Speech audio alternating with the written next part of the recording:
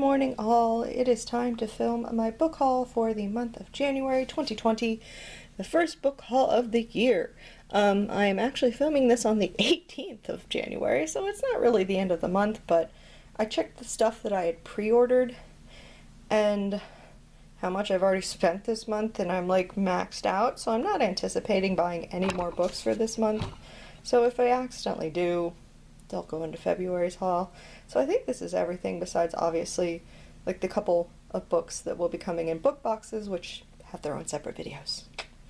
So first off, we have the Young Adult Book of the Month. So I did actually buy two and accidentally bought one that came in a book box. Oops. So I've already actually given that away to my friend. So I do not have that. There's Buffy. Hi, Buffy. So the book that I did end up getting is Throw Like a Girl, which I'm going to be buddy reading with Shay. Here is the Book of the Month bookmark, which is pink this time, which is nice.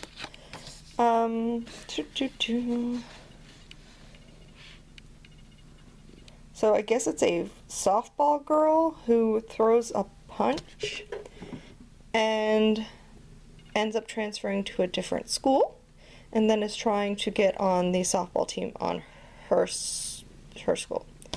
So there's that. Please do not knock the water over, Buffy. This would not be good. We're just gonna put this on the ground. You can't knock it over on the ground. Okay, so the next books that I got are the books that I did end up... Okay, let's do the random books that I just happened to order or got when I went out. So I ended up going out with my sister, I think the beginning of January, and I got some manga, which obviously will be in a manga haul, but then I did get one book. So I got Arctic Heat, which I was super excited about because my sister randomly found it. Like, she just looked at she was in the romance section and she was like, "This looks like two guys on the side spine. Is that accurate? This never happens in the romance section. There's never gay books in the romance section." So yes, there was one gay book in the romance section, and per the lady who worked there, it was the only gay book in the romance section. So I bought it, because I had to, because I would love to try a gay romance book. Since I guess I'm trying to read more romance, so we're going to do that and see how that works out. My sister wants me to report back, because she's like, yay, gay romance books. And this lady... writes a whole bunch. So this will be very interesting. And so the next one that I got is Crier's War. This was like discounted on Amazon, so I ended up snagging it because this is also female, I'm pretty sure. And this is about like a robot? So I think it's like a impossible love between two girls, one human, one maid. A love that could build a revolution. So yeah, everyone that has read this has said it's really good. So I was like, okay, sure. Well, you will give that a shot. And then... oh, Buffy. Okay, we'll do these next, because Buffy's sitting on the other books. So these are the books. So when I went to the anime convention last weekend, I ended up going to the bookstore that's near the convention twice. I bought books. I did not buy any manga during the anime convention. So these are the books that I bought just because I was randomly perusing through the sections and these all sounded interesting. So the first one is this one, Ararat, which is apparently a Bram Stoker Award winner, which I thought was pretty cool. And this one is basically... when an earthquake reveals a secret cave hidden inside the mountain in Turkey, a daring newly engaged couple are determined to be the first ones inside. What they discover will change everything. The cave is actually a buried ancient ship that many quickly come to believe is Noah's Ark. When a team of scholars, archaeologists, and filmmakers make it inside the Ark, they discover an elaborate coffin in its recesses. Inside the coffin, they discover something hideous. Shock and fear turn to horror when a massive blizzard blows in, trapping them inside. Yeah, it sounds awesome. So I had to get that one. The next one I got, because you guys know me in paranormal things, I randomly saw this on a, just like a table that they had out.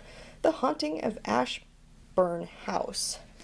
So this is, I'm pretty sure, like one of those standards, like, there's something wrong with this house. It's got ghosts and someone went mad and it's crazy. And this girl, Adrian, inherits the house and then she moves in and then shit goes down.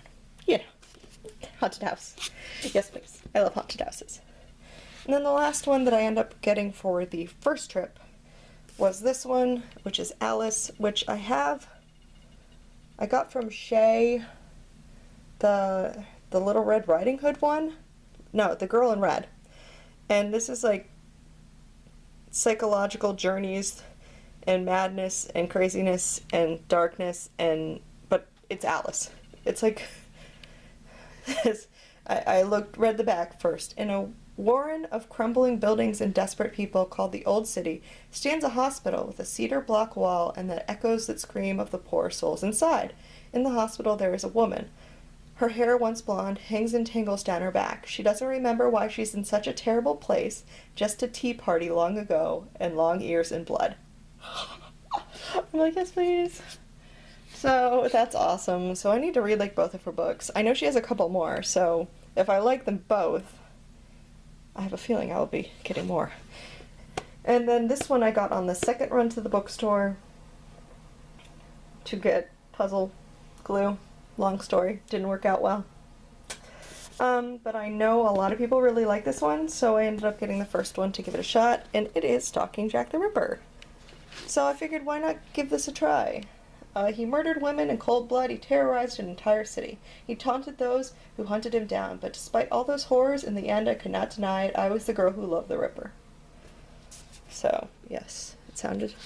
I know a lot of people really like that series. I know also a lot of people didn't like the last book, but that's the first one, so we'll see how we do. Then the last ones are the 4 books that I ended up pre-ordering. I pre-ordered them off of Books A Million using a 20% off coupon plus my discount. So I will quickly go through those. Of course, the one that I was very much anticipating, and I haven't read it yet just because I'm a glutton for punishment and I kind of want to reread the whole series before I read this one. So that's probably what I'm going to do because they're short ones anyways, and that is the next book in the Wayward Children series. So this is Come Cumbling Down by Shauna McGuire. This is the next one in the series. I think this is 5? Yeah, pretty sure this is book 5. I'm not going to talk about too much because this is very chronological and it goes through some of the characters that you met in, I believe, the first one. So it's like their continuation from the first one. So I don't want to say too much, but I love the series. I mean, it's super short, guys. It's like... They're like 150, 200 pages max. So they're really easy to read, and they're just a lot of fun. It's basically children that, for whatever reason or another, find these doorways that transport them to other worlds, kind of like, you know, The Lion, the Witch, and the Wardrobe. But these are like so many different weird, twisted worlds. Like some of them are like the Goblin Market, and some of them are like Candyland, and some of them are like hell. So there are all these different worlds, and then ultimately at the end these kids come back out to the real world, and then they don't know how to deal with life in the real world, and this is a school for these children. Yes, Buffy, you are still here. And then the next one that I ended up pre-ordering is Nameless Queen. This one looked really good. This one, I believe, everyone expects Esther would inherit the throne. She is the King Fallow's daughter, or at least another royal or legal advisor. No one expected her. It shouldn't even be possible. I'm nameless, a class of citizens so disrespected we don't even get names. Heck, dozens of us have been going missing for months and no one seems to care. But there's no denying the tattoo embroidered on my arm, I am to be queen. So that one sounded interesting. Also think I'm better reading that one with Shay. The next one that I ended up getting is Scavenge the Stars, which is a really pretty cover.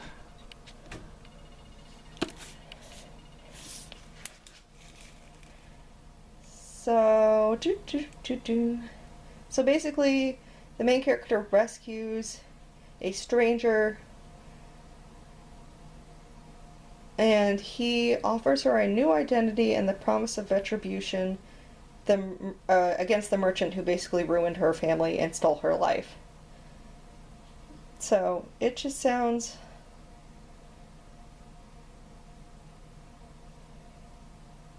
Okay. The first novel in a sweeping fantasy duology, this gender-swapped retelling of The Count of Monte Cristo, that's why I got it, is packed with high-stakes adventure, romance, dueling identities, and breathtaking betrayals. So there is that one. And then last but not least, Buffy, can you hold out for one more book, please? Infinity Sun. I had to, because it sounds amazing, and it's a signed first edition. Boop. If you guys could even see that, there's a signature.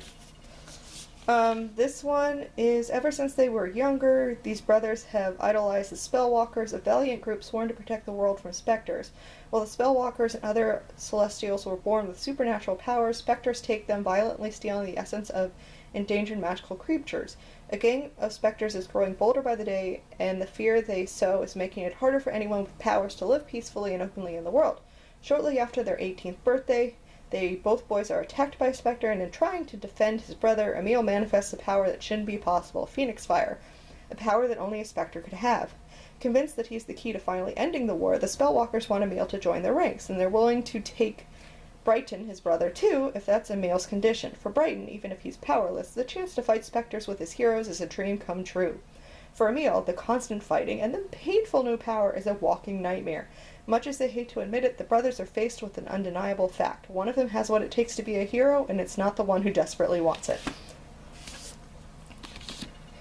So that's it. So that's all the books that I ended up getting for this month. It's not too many. Actually, if I hadn't randomly gone to, like, the bookstore, it wouldn't have been many at all, but the bookstore is what did me in. So anyways, like you guys maybe I've said, I'm trying to cut back on the manga and books that I'm reading. I'm trying to set a budget for each month where I only spend a certain amount of money for both. So we'll see how well I do. I feel like I've already gone over it with the bookstore, but I need to actually check my bullet journal for tracking my budget and see if I did or did not. So, oops, there's that. So anyways, I hope you guys enjoyed my book haul for the month of January 2020. I will see you guys later for the next video. Everyone have a very good rest of the day. Bye!